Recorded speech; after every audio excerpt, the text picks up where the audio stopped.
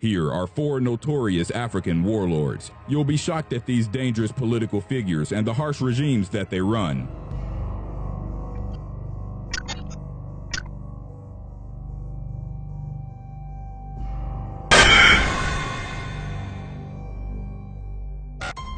Number 4.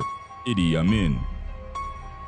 In the 1970s, Idi Amin Dada was the military dictator and self-proclaimed president of Uganda. He was renowned for his larger-than-life ego, as he gave himself many titles that ultimately added up to His Excellency President for Life Field Marshal Al-Hajj Dr. Idi Amin Dada, VC, DSO, MC, Lord of all the beasts of the earth and fishes of the sea, and conqueror of the British Empire in Africa in general and Uganda in particular. Before rising to power, Idi Amin served with the King's African Rifles Division of the British Colonial Army, which he joined in 1946 as an assistant cook. He quickly moved through the ranks. Only 2 Ugandans had ever been commissioned officers in the British Colonial Army, and Idi Amin was one of them, with the rank of lieutenant received in 1961. After Uganda declared its independence from the UK in 1962, he was promoted to captain and the following year to major. During his time in the military, Idi Amin gained popularity through his athletic prowess. Standing at 6 feet and 4 inches with a powerful build, he was a champion swimmer and Uganda's light heavyweight boxing champion for almost 10 years. He also excelled in rugby, where he played the position of forward. By 1970, Idi Amin was named Commander of all Armed Forces under then-President Milton Obote.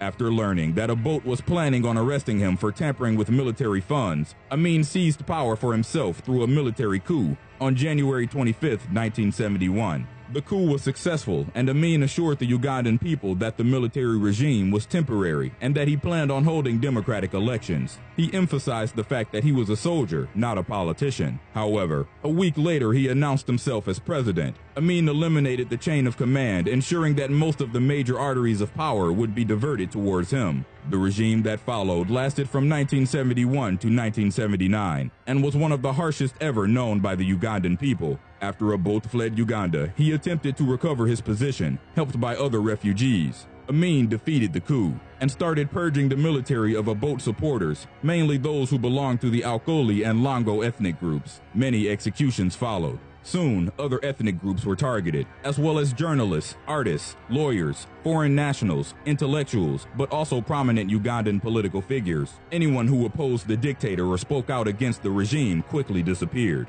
Amin came to be known as the Butcher of Uganda because of his brutality. Amnesty International estimates that 500,000 people were killed during his ruthless regime, their bodies often dumped in the Nile River. Amin's decision to place control of the economic resources back to the Ugandan citizens by exposing other nationalities and ethnic groups proved to be fatal for the already struggling economy. He stated, "We are determined to make the ordinary Ugandan master of his own destiny and, above all, to see that he enjoys the wealth of his country. Our deliberate policy is to transfer the economic control of Uganda into the hands of Ugandans for the first time in our country's history." By 1978, the country's economy had nearly collapsed, and Amin had lost a large part of his support. Many Ugandans had fled the country, including some of Amin's ministers and close military personnel. His troops mutinied against him, and some crossed the border to Tanzania. Amin declared war on Tanzania and even planned to annex a part of its territory, ignoring the fact that his army was not fit for the challenge. Tanzanian President Julius Nyerere responded.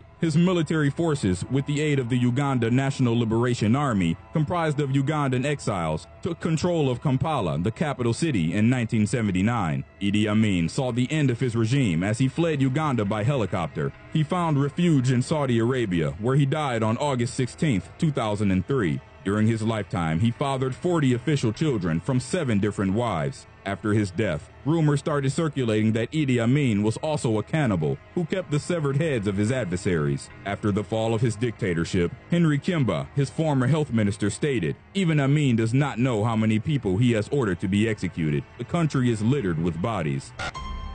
Number 3. Charles Taylor.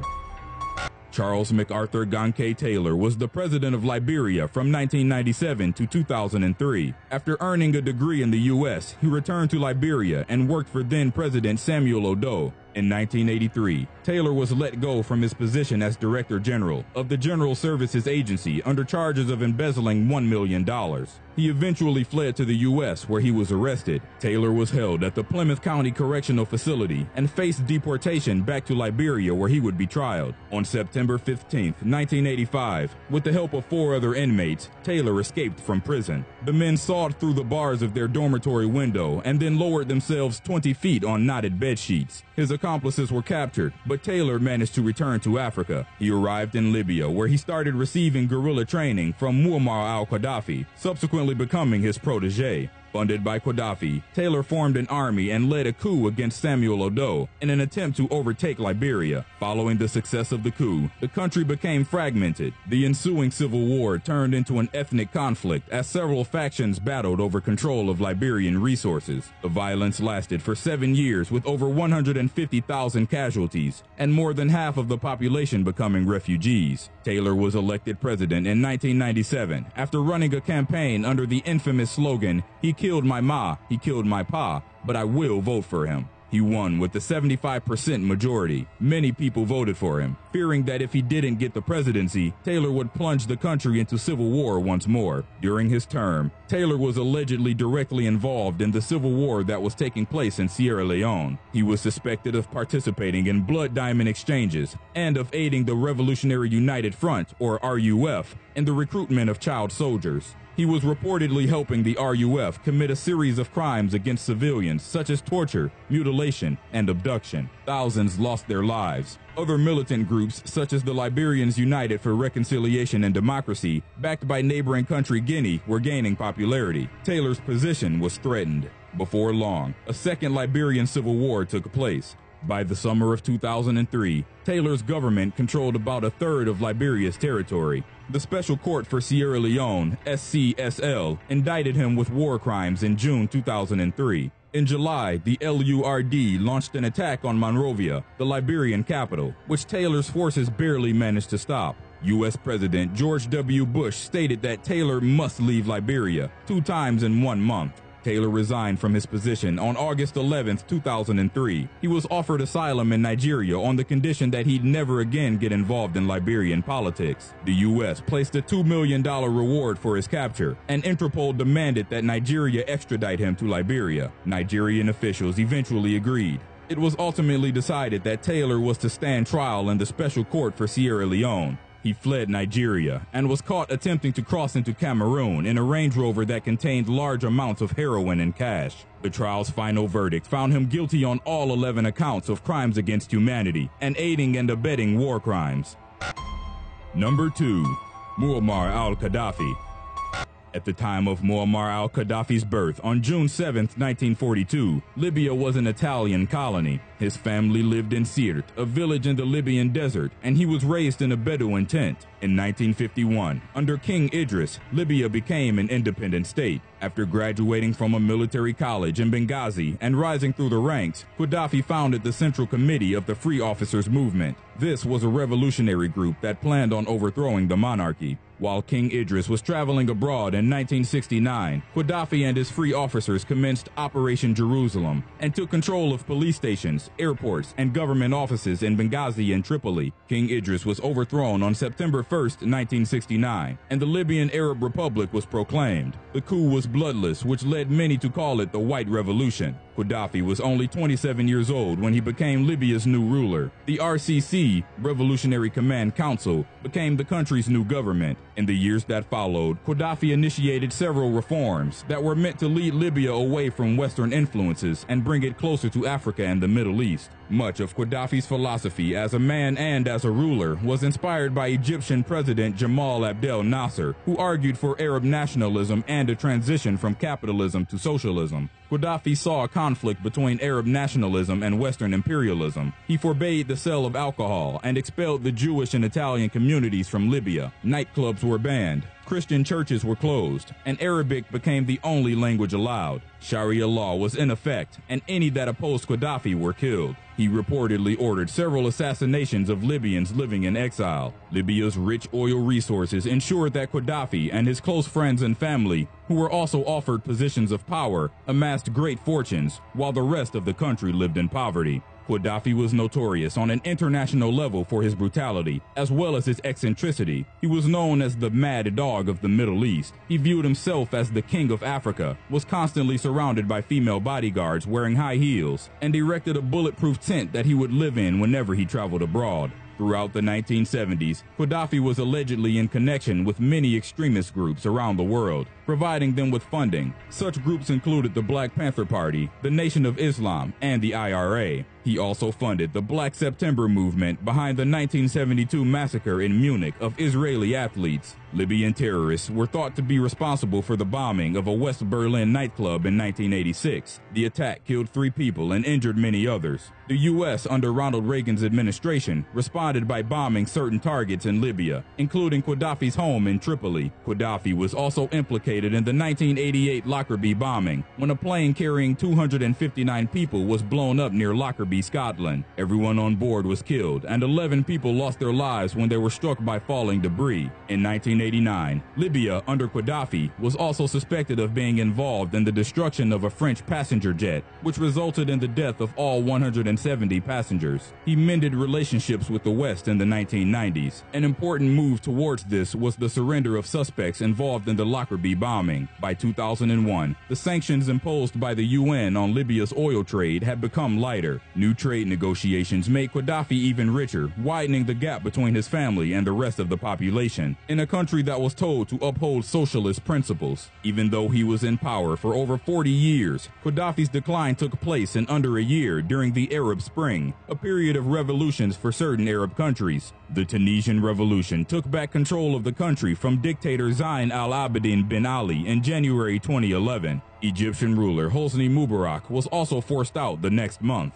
Protests and demonstrations started taking place in other Arab capitals as well. In Libya, the protests started in Benghazi and gradually spread throughout the rest of the country. Gaddafi was highly aggressive in his attempt of quelling the demonstrations. He brought in mercenaries from other countries that, together with the police, shot at protesters as helicopters bombarded them from the air. By the end of February 2011, the rebels had taken control over most of Libyan territory, and the NTC, National Transitional Council, was founded. The NATO coalition supported the NTC and aided them with a series of airstrikes on Tripoli, where Gaddafi still had some supporters. One of Gaddafi's sons lost his life in an NATO attack when Tripoli was taken over by rebel military forces in late August 2011. Gaddafi's rule had ended. Over 30 countries recognized the NTC as the official Libyan government. The International Criminal Court issued arrest warrants for Gaddafi, his son, and his brother-in-law for crimes against humanity. According to Libyan officials, Gaddafi had died near Sirte, his hometown, on October 20th, 2011. Footage of his bloodied body being dragged around by rebel fighters started circulating soon after. Number 1. Jean Bedel Bokassa. Bokassa came from a reputable family. His father was chief of the Mbaka tribe in Obangi-Shadi, French colony. After his father's sudden death in 1927 and his mother's suicide a few months later, he was left in the care of Franciscan missionaries. He was 6 years old. Jean Bedel Bokassa began his military career in World War II, fighting for the French colonial army. He took part in Operation Dragoon in 1944, when the Allied forces landed in Provence and later continued fighting for the French in Algeria in Indochina. After the World War, he continued to serve under the French and fought in Indochina and Algeria. Bokassa received awards and distinctions, including a membership to the Légion d'honneur and the Croix de Guerre. He was promoted to captain in 1961. During Bokassa's service, Ubangi-Shadi became the Central African Republic under President David Dacko after declaring its independence from France on August 13, 1960. The country was rich in resources, including diamonds and uranium, which the French sought to regain control of. Dacko wanted to ensure that the people of the Central African Republic would be the first to benefit from the country's natural riches. Bokassa was tasked with creating the new country's army. His experience helped him rise through the ranks quickly, and he became the country's first colonel on December 1, 1964. Despite having the military on his side, Bokassa was not perceived as a threat to the regime. Dacko stated at a public event, "Colonel Bokassa only wants to collect medals. He is too stupid to pull off a coup d'etat." On the evening of December 31st, 1965, Bokassa and his troops took control of Bangui, the capital city, and arrested President David Dacko. It was suspected that the French had backed Bokassa's coup. Shortly after forcing Dacko to resign, Bokassa released a message for the people of the Central African Republic via a Bangui radio station in which he said, "Africans, Central Africans, this is Colonel Bokassa speaking to you. At 3 a.m. this morning, your army took control of the government. The Dacko government has resigned. The hour of justice is at hand. The bourgeoisie is abolished. A new era of equality among all has begun. Central Africans, wherever you may be assured that the army will defend you and your property. Long live the Central African Republic." In the 11 years that followed, Bokassa was president. The French supported Operation Bokassa, a reform program based on government support and finance for farms and small industries. The program eventually failed because of corruption and mismanagement. The relationship with France made Bokassa a very wealthy man. French President Valéry Giscard d'Estaing was a frequent visitor of the Republic. Diamonds and uranium were constantly exported, with most of the earnings going to Bokassa directly or his businesses. During his term as president, Bokassa gained international notoriety. Members of his armed forces had almost complete reign over the country and were frequently involved in cases of rapes and lootings. A large number of his political opponents were tortured and killed under accusations of conspiracy to overthrow him. One of Bokassa's captains, Alexandre Banza, opposed his lavish lifestyle and his extravagant spending and even planned a coup against him. When it failed, Banza was captured and killed. Time magazine commented on Banza's death, stating that he was dragged before a cabinet meeting where Bokassa slashed him with a razor. Guards then beat Banza until his back was broken, dragged him through the streets of Bangui, and finally shot him. Bokassa had always been an admirer of Napoleon Bonaparte, and on December 4, 1976, he became Emperor Bokassa I, and the country's name was changed to Central African Empire. France supported some of the cost from his $22 million coronation. The crown alone was studded with 2,000 diamonds, and a huge solid gold throne was commissioned. He wore custom-made pearl-studded shoes and had 35 horses brought in from France to pull his carriages. At that time, the average Central African Republic man earned $122 a year. Many foreign heads of state had been invited, but none participated. Prior to becoming emperor, Bokassa had also proclaimed himself as president for life. In April 1979, in an attempt to mimic Western custom, Bokassa issued a decree that all students and pupils were to wear a uniform. The clothes were made in a factory owned by his wife. In a country that had already been struggling with poverty, the decision caused an outrage. Protests soon followed, and Bangui students and teachers attacked buildings.